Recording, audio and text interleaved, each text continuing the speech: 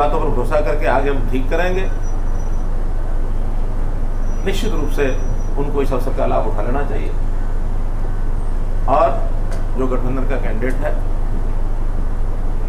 कमल के निशान पर उनको मोहर लगा करके कैंडिडेट को जिताना चाहिए। कैंडिडेट बहुत जल्दी, जैसे हमारी प्रोसेस होती है, उस प्रोसेस में से आपसे बैठ कर विचार करके और जल्दी जैसा तय करेंगे वैसा आपको बताएंगे। थोड़ा लंबा हो गया है, फिर भी मुझे लगा कि ये सारी बातें आपके सामने रखनी चाहिए। आपको कोई बात पूछनी है तो बताइए। चुनाव में सबसे बड़ा मुद्दा क्या रहेगा? माइक दे रहे हैं,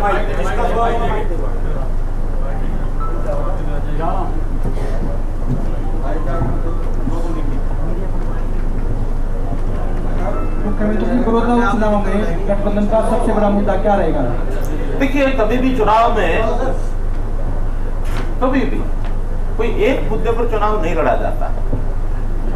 मुद्दे बहुत होते हैं। यहाँ का विकास ये मुद्दा है, हमारी पारदर्शी सरकार ये मुद्दा है, हमारे गठबंधन और कांग्रेस के बीच में तुलना करना ये मुद्दा है, यहाँ के रोजगार, यहाँ के नौजवानों को रोजगार ये मुद्दा है। तो ये तो एक मल्टीपल चीज होती है।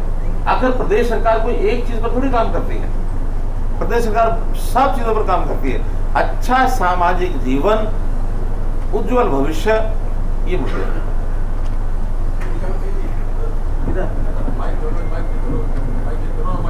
सीएम साहब, आप कह रहे थे किसानों के लिए केंद्र सरकार ने अच्छा काम किया है, उनकी जो अभी बिल लेके आए हैं, लेकिन जो किसान प्रदर्शन कर रहे हैं और आपके ही सहयोगी थे अकाली दल, उन्होंने आपका साथ क्यों छोड़ा? और साथ में जो प्रदेश में कुछ लोग भी आपका विरोध कर रहे थे कि ये जो कानून आए हैं ये किसान हित में नहीं है। देखिए, मैंने बताया कि हर कोई राजनीतिक तौर पर चीजों को विश्लेषण करने लगता है तो कहीं ना कहीं धोखा खा जाता है। हमने इन प्रदेशों में, चाहे हरियाणा है, चाहे पंजाब है, चाहे पश्चिमी उत्तर प्रदेश है, राजस्थान है, ये उत्तर भारत में किसान राजनीति से धोखा खड़ा किया हुआ है। किसान राजनीति कि किसान जिधर हो जाएगा उधर सब कुछ हो जाएगा। लेकिन आज किसान इतना समझदार है कि वो किसान राजनीति के नाते से सारा कुछ उबाल नहीं आता, कभी आता था। आज शिक्षा बहुत बढ़ गई है। हर किसान के परिवार में भी कोई ना कोई एक ऐसा नौजवान पढ़ा लिखा अब उभर आया है जो इन चीजों को समझता है। आज हर किसान विश्लेषण करता है कि ये क्या बोल रहे हैं, वो क्या बोल रहे हैं। कभी ऐसा समय था ये नहीं होता था। आज कितने बड़े आंदोलन होने के बाद भी, हरियाणा का ही बताता हूँ, 2 बड़े कार्यक्रम हुए किसानों के, टोटल मिलाकर के, चाहे वो प्रदर्शन थे, चाहे वो बंद का विषय था, अगर लोग तो निकलते ही आते हैं। अब ये विषय जनता में जाए, मुझे कोई दिक्कत नहीं, अच्छी बात है, लोगों को समझ में आएगा।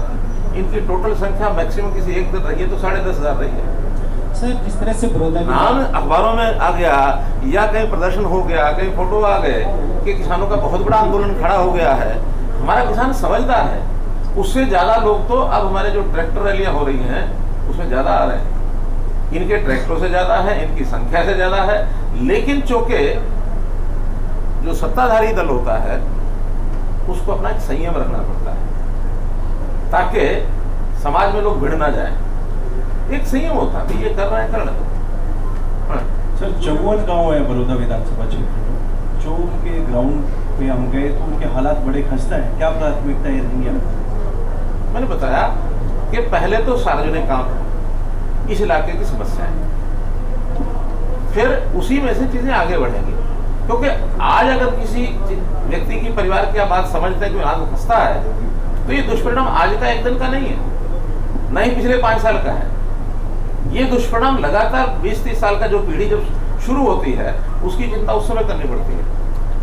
आज जो 3 साल का बच्चा है उसकी चिंता हम करना शुरू करेंगे, 5 साल 6 साल के बच्चे की पढ़ाई की चिंता हम करना शुरू करेंगे। इसका रिजल्ट 15 साल बाद निकलेगा, 10 साल बाद निकलेगा। ये पढ़ लिख करके, ग्रेजुएट होके या स्किलिंग करके या कहीं अच्छी कोई ट्रेनिंग लेकर के अपने पैरों पर खड़ा हो जाए। बेहतर प्लानिंग तो कर रहे हैं ना, यानी उस प्लानिंग में उसके जो हमारे असर दिख रहे हैं। जो लोग अच्छे बैच के निकले थे, इस बार हमारे आईएएस के, कुछ सारे नौजवान आईएएस बनते हैं ऐसा नहीं है, लेकिन तुलना होती है। 40 बच्चे इस बार हरियाणा के एलाइड सर्विस में आए, चाहे IAS थे, IRS थे, IRS थे, IPS थे, 40 कभी नहीं आए। और संयोग से फर्स्ट भी इसी जिले का आया है, मलिक, क्या नाम, Pradeep Malik, all India first IAS में। बल्कि हमको लोग पूछते हैं कि आप वहाँ के नौजवानों को क्या करने लग गए कि IAS है, क्योंकि एक पैमाना होता है चीज़ों को नापने का। दूसरा, मैंने उन 10वीं 12वीं के जो बच्चे बताया कि हमारे 100 बच्चों में से 23 बच्चे IITs में जा रहे थे। इतनी संख्या में किसी इंस्टीट्यूट के कभी बच्चे नहीं गए हैं। हमारे एजुकेशन के, चाहे प्राइमरी का है, चाहे मिडिल का है, चाहे +2 के हैं, अब इस लेवल पर चीज़ें सुधरी है। हायर एजुकेशन पर भी हम काम कर रहे हैं। इन चीज़ों में टाइम लगता है, चीज़ों का सुधार करना होता है, तो कोई ओवरनाइट स्विचिंग नहीं होती। उसके लिए एक प्रारंभिक एक बेस बनाना पड़ता है। उस बेस बनाने में हमने जो अभी बड़ौदा के लिए जो कुछ कर रहे हैं, इसका बेस बनेगा तो स्वाभाविक है लोगों को ठीक लगेगा। आज भी लोग समझते हैं कि बहुत अच्छा हो रहा है। मुख्यमंत्री जी, कल आपने जो है गठबंधन की मीटिंग हुई है और दोनों पार्टी के नेता वहाँ बैठे हुए थे, तो आप जो दोनों पार्टी मिलकर जो उम्मीदवार उतारेंगे, तो अध्यक्ष महोदय का जो ये था कि कमल के निशान पर चुनाव लड़ा जाएगा, तो उम्मीदवार जो है किसी भी पार्टी से हो सकता है, भारतीय जनता पार्टी से होगा। ये तो तय करेंगे हम, अभी तो समय है, अभी तय करेंगे। मुख्यमंत्री जी, अभी जब हम अनाज मंडियों में जाते हैं तो वहाँ पे एक किसानों की एक जनरल सी समस्या आती है, जो आपके ध्यान में मैं दिलाना चाहूँगा कि किसान कहते हैं कि जब हम धान लेकर के आते हैं 17% जो उस पर नमी है वो तय की गई है, लेकिन जब किसान वहाँ से कटवाता है उनके पास स्टॉक के लिए ऐसी जगह नहीं होती, उनको अनाज मंडी लाना होता है। पहले क्या होता था, जब धान खरीद होती थी उसमें थोड़ा बहुत कम ज़्यादा करके खरीद लिया करते। अब वो कहते हैं हमें कई कई दिन तक इसको सुखाना पड़ता है और यहीं रहना पड़ता है। सर, इसके लिए क्या होगा? देखिए, बात किसान की भी सत्य है, लेकिन बात आगे अगर हम देखें तो पहले जैसे हमने ही आकर के छूट दी थी 22% की, एक रास्ता बना करके कि भाई अगर 5% की छूट है तो उसका पैसा काट लो, क्योंकि अल्टीमेटली तो पानी है, नमी तो पानी होती है ना, कि उसका वजन बढ़ा हुआ है, उसका काट लो और पैसा वो कटवा भी देता था। बाद में फिर कटे हुए पैसे को लेकर के विधानसभा में ही उठता था, इतने इतने पैसे कट रहे हैं, ये स्कैंडल हो गया, ये हो गया, वो हो गया।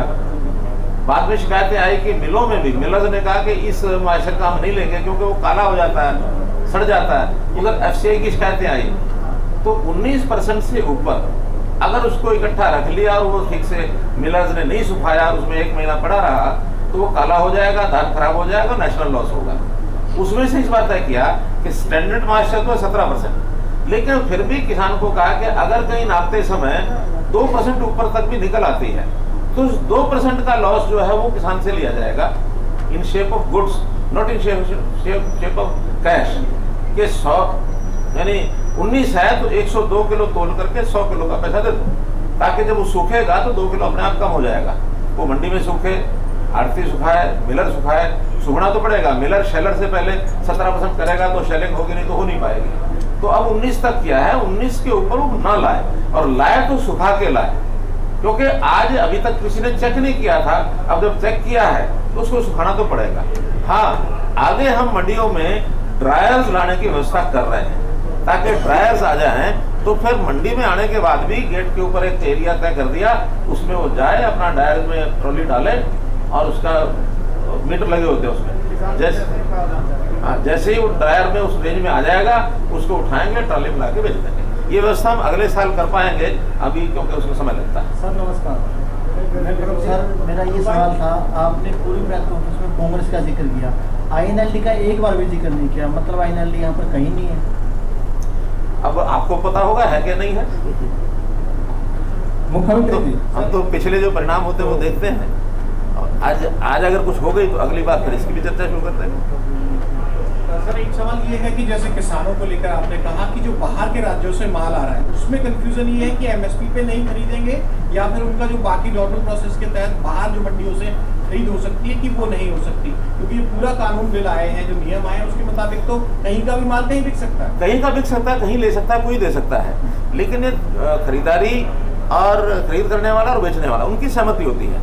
अभी जो कि मंडियों में खरीद सरकार कर रही है, तो सरकार अभी उनकी नहीं करेगी जब तक हरियाणा की खरीद नहीं हो जाती, क्योंकि जितना मंडियों का हमारा इंफ्रास्ट्रक्चर है बहुत बढ़िया है, सब प्रदेशों से अच्छा है, लेकिन यहाँ जो कि धान भी बड़ी मात्रा में आता है, तो हमने ये तय किया कि बाहर की मंडियों का जो हमारे यहाँ का पूरा हो जाएगा, फिर बाहर की मंडियों का धान तो आ सकता है। धान इसलिए क्योंकि कॉमन पूल में जाना है, उसमें प्राथमिकता केवल है कि हमारे हरियाणा के किसान को तकलीफ ना हो, वो पहले बिक जाए, पहले ही लेते रहे, वो ला सकता, बेच सकता है। मुख्यमंत्री जी, हाँ। सर आपने इधर सर हाँ।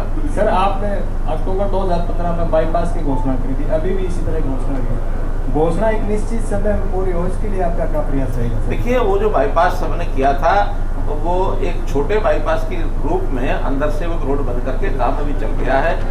बड़े बाईपास का वो नेशनल हाईवे ने बनाना है, तो नेशनल हाईवे वाले अभी अब उसमें हमारे मेंबर पार्लियामेंट बैठे हैं, तो वो उसको क्लियर करा देंगे, हो जाएगा। जितने भी बाईपास बन रहे हैं शहरों के, वो सारे नेशनल हाईवे के अंतर्गत बन रहे हैं। सीएम साहब, हाँ।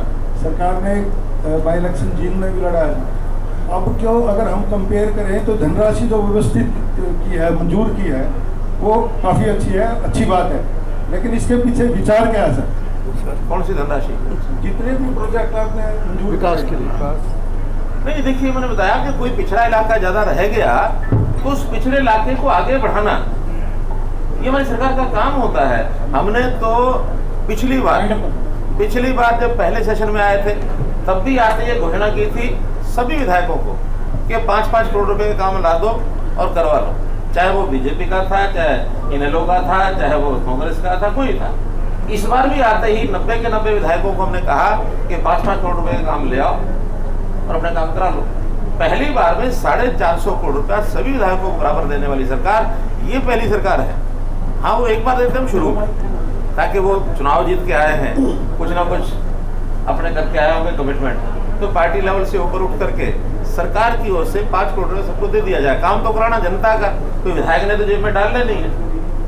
तो इसलिए हम तो एक समान विकास की बात, मैंने पिछले टर्म में 90 की 90 विधानसभा में दौरा किया, चाहे वो उसमें हमारा विधायक था चाहे नहीं था, और हर जगह कहीं 100 करोड़, कहीं 150 करोड़, बड़ौदा भी देख के गया था, ऐसा नहीं बड़ौदा नहीं करके गया था। तो ये जरूर है कि जहाँ विधायक थोड़ा चुस्त होता है वो फटाफट काम करा लेता है, और जो विधायक अपने हाथ पर हाथ रख के बैठ जाए वो चाहे घोषणा कर दे तब भी काम नहीं, क्योंकि ये काम तो प्रोसेस में से होते हैं। अधिकारी हुए फाइलें चलती हैं, यहाँ गई वहाँ गई, फाइल खेलते हैं लोग। अब उसमें उनको विधायकों को थोड़ा एक्टिव होना पड़ता है। सरकार मेरिट के आधार पर नौकरियां देने का दावा करती है, लेकिन कई भर्ती ऐसी है जिसमें फाइनल सिलेक्शन के बाद ज्वाइनिंग नहीं हो रही, जैसे ड्राइवरों के 223 के जो पेंडिंग मेरिट की थी, ज्वाइनिंग 1.5 साल के बाद हुआ। सर, प्रोसेस में रुकावट क्या है? देखिए, बहुत सी चीजें तो कोर्ट के कारण से रुकती हैं, और बहुत सी चीजें क्योंकि हमारे समय से पहले ट्रेंड चल रहा था कि भर्ती मत करो, आउटसोर्सिंग से लगा लो, इनको भी लगा लो, उनको भी लगा लो, उनको, क्योंकि अपने अपने लोग लगाने होते थे। मेरे तो सब अपने हैं, उनके कुछ थोड़े से अपने होते थे, तो उन्हीं को लगाते रहते थे। ये अलग बात है कि उनके थोड़े से जब लग जाते थे तो बाकी सब नाराज हो जाते थे, तो बहुत सारी नौकरियां लगने के बाद भी वो लोग वहाँ से हारते थे। हम लोग चूँकि सबको अपना मानते हैं, मेरिट वाला लगता है, जो नहीं लगता उसकी भी तसल्ली हो जाती है, भाई क्या करें, मेरिट में आके था, लग गया। लेकिन सर दिक्कत ये है कि मेरिट पे आपने सिलेक्शन कर लिया, लेकिन ज्वाइनिंग ही लेट हो गई। मैं कह रहा हूँ ज्वाइनिंग उन्हीं पोस्टों पर जो लगे हुए होते हैं आउटसोर्सिंग के, थोड़ा एक तरीका निकाल करके उनको भी बाहर करना होता था, और हम वो 1 साल के अंदर कोशिश करते हैं सब ज्वाइन हो जाए। कोई एक आध अगर पर्टिकुलर रहा होगा तो या तो कोर्ट के कारण से रहा होगा, कोई ना कोई कारण रहा होगा, ऐसा जनरल नहीं है।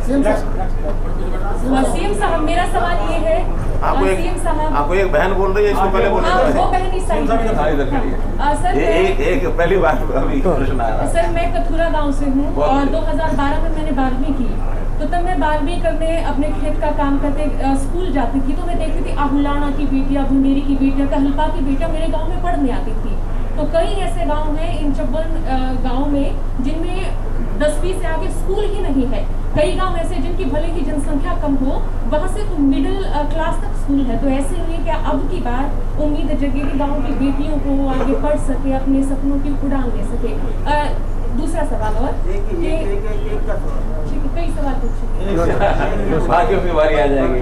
तो हाँ, देखिए एक जहाँ तक बेटियों की शिक्षा का विषय है, हमने बेटी बचाओ बेटी पढ़ाओ की अगर बात कही तो बेटियों की शिक्षा पर बहुत ध्यान दिया, और भी वही है, लिखवा कुछ और दी, और फिर जब कल को कोई नुकसान हो गया, बीमे के क्लेम होते हैं, तो फिर वो झगड़े पड़ते हैं, मोदी जी आपको तो क्लेम रुक गया, क्यों? क्योंकि आपने वहाँ कुछ और लिखा रखा है, फसल कोई और है। तो इस प्रकार की जो छोटी छोटी चीजें हैं सब उसको हल करेंगे। पहली बार मूंगफली की प्रोक्योरमेंट हम शुरू कर रहे हैं। 3 जिलों में ये होती है, फतेहाबाद, सिरसा और हिसार। आज तक कभी नहीं की। बाजार में इसका रेट 4600 से 5000 रुपये तक है और MSP जो है इसका 5275 रुपये है। ये भले ही थोड़ी होती है लेकिन हम इसको करेंगे।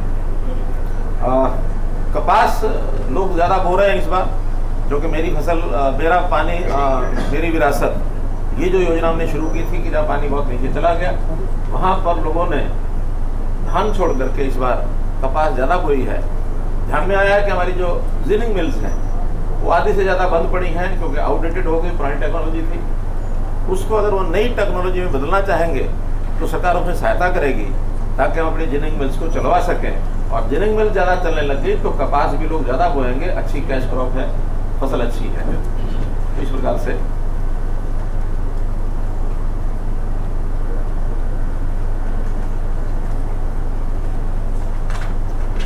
तो मेरा इसमें कुल मिला करके कहना यह है कि किसान के हित में जितने काम भारतीय जनता पार्टी की सरकार या हमारी जो गठबंधन की सरकार या केंद्र की मोदी जी की सरकार ने जितने किए हैं, जितने पिछले देश आज़ाद हुआ तब तक नहीं हुए, तब से कभी नहीं हुए।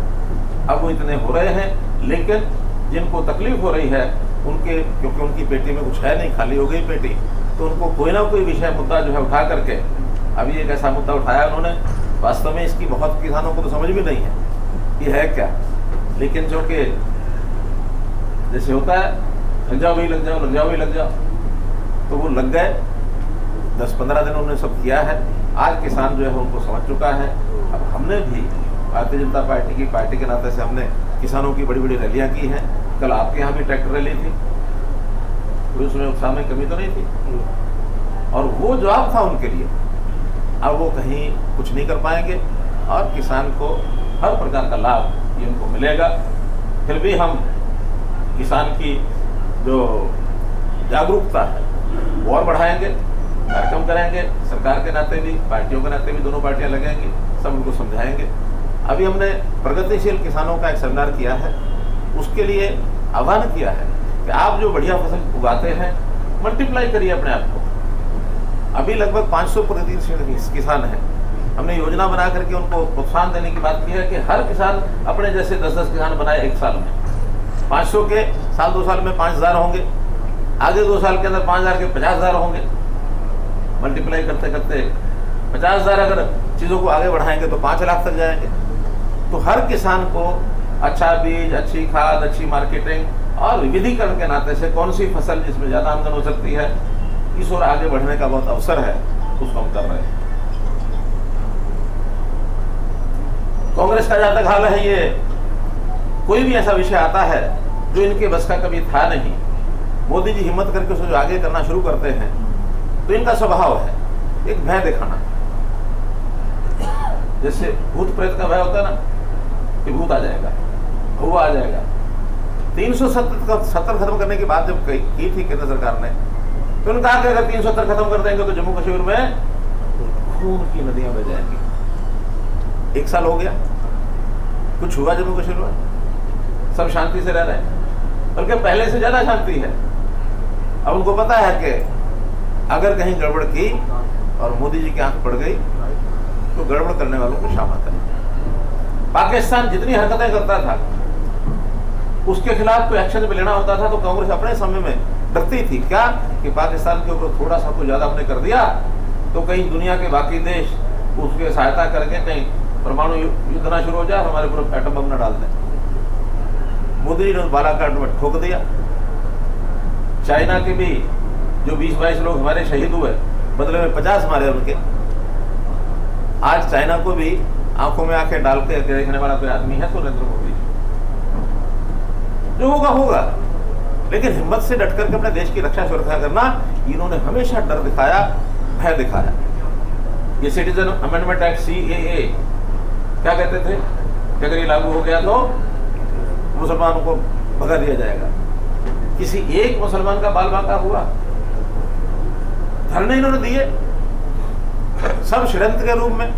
बाहरी धन ये इनके पास आता रहा है। चाइना के साथ 60 घाट इनके ध्यान में आ गए।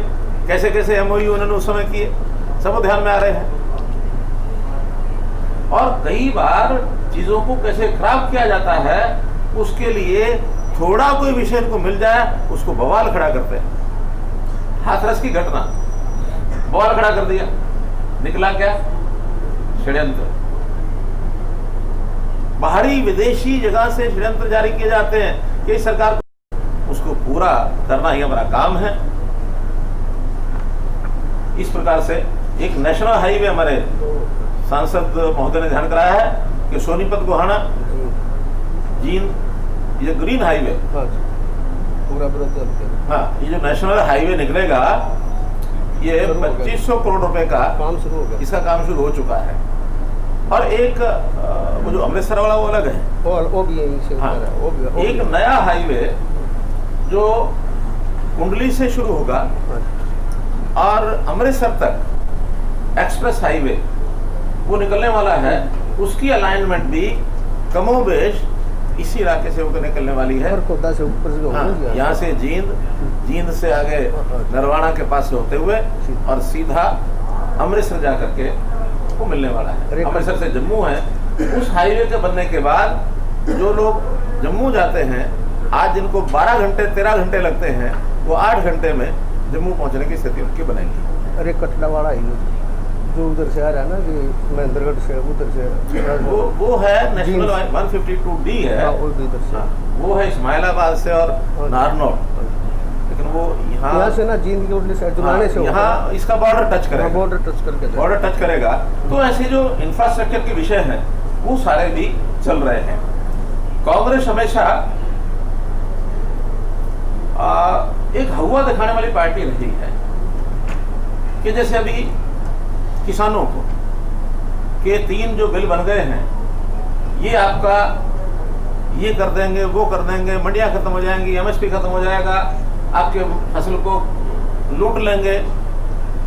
ये लुटियन में रहने वाले लूट के अलावा बात ही नहीं करते। इनको जमीनी हकीकत पता नहीं है।